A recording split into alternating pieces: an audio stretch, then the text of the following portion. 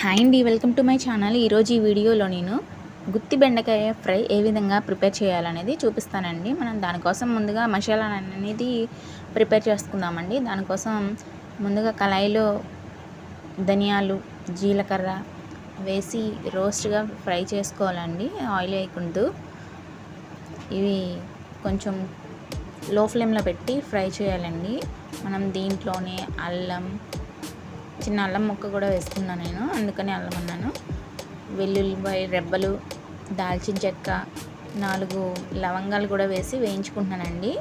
వేయించుకుని చల్లార్చుకుని పొడి చేసి పక్కన పెట్టుకున్నానండి.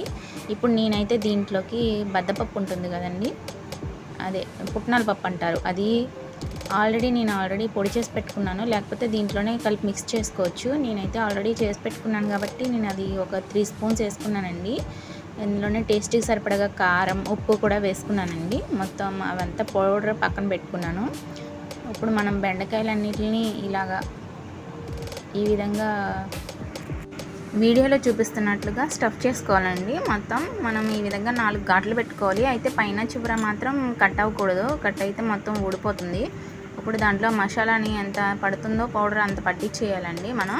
ఒకవేళ మీకు ఊడిపోతుంది, మొత్తం ఆయిల్ అంతా బ్లాక్గా అయిపోతుందని అనిపిస్తే కనుక మీరు థ్రెడ్తో చుట్టేసుకోవచ్చండి దాని చుట్టూని. అప్పుడు ఆ మసాలా అనేది బయటకు రాకుండా ఉంటుంది. బట్ పైన కింద కట్ చేయట్లేదు కాబట్టి వీలైనంత వరకు మసాలా అనేది బయటకు రాదండి. నేనైతే అందుకని అట్లానే ఉంచేసాను. సో ఈ విధంగా మొత్తం బెండకాయలన్నిటికీ మసాలా అనేది స్టఫ్ చేసేసుకుని పక్కన పెట్టుకోవాలండి. ఈ బెండకాయ ఫ్రై అనేది చాలా బాగుంటుందండి. అసలు బెండకాయ తినలేని వాళ్ళకి కూడా తినాలనిపిస్తుంది, అంత టేస్టీగా ఉంటుందండి. పిల్లలకు కూడా బెండకాయలు ఎక్కువ పెట్టమని అంటుంటారు. పెద్దవాళ్ళకి కూడా చాలా మంచిది. అసలు వెజిటేబుల్స్ అంటే అందరికీ ఆరోగ్యమే. ఇలా ఫ్రెష్ బెండకాయలతో చేసుకోవడం వల్ల ఇంకా ఆరోగ్యంగా ఉంటుందండి.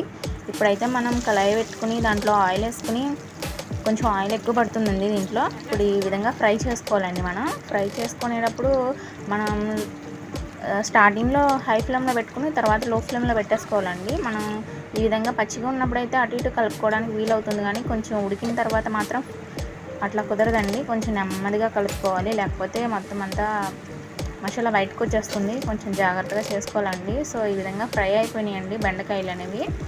ఇప్పుడు దీంట్లో మనం స్టఫ్ చేసుకోగా మిగిలిన మసాలా పౌడర్ ఉంటుంది కదండి, అది కూడా దీని మీద చల్లేసుకోవాలండి. కారం, ఉప్పు అంతా కరెక్ట్గా వేసుకున్నారు కాబట్టి ఇప్పుడు దాంట్లో ఇంకేం వేయకూడదు. ఆ మిగిలిన పౌడర్ మాత్రం వేస్తే సరిపోతుంది.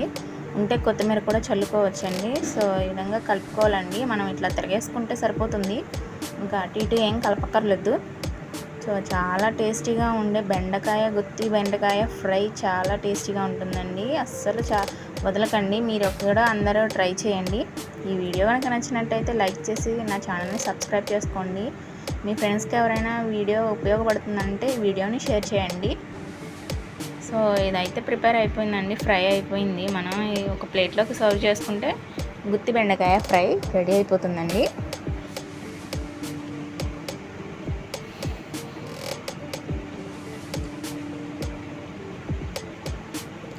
సో ఇప్పుడు ఈ విధంగా గుత్తి బెండకాయ ఫ్రై అండి రెడీ అయిపోయిందండి. వేడివేడి అన్నంలో కలుపుకుని తింటే చాలా టేస్టీగా ఉంటుందండి.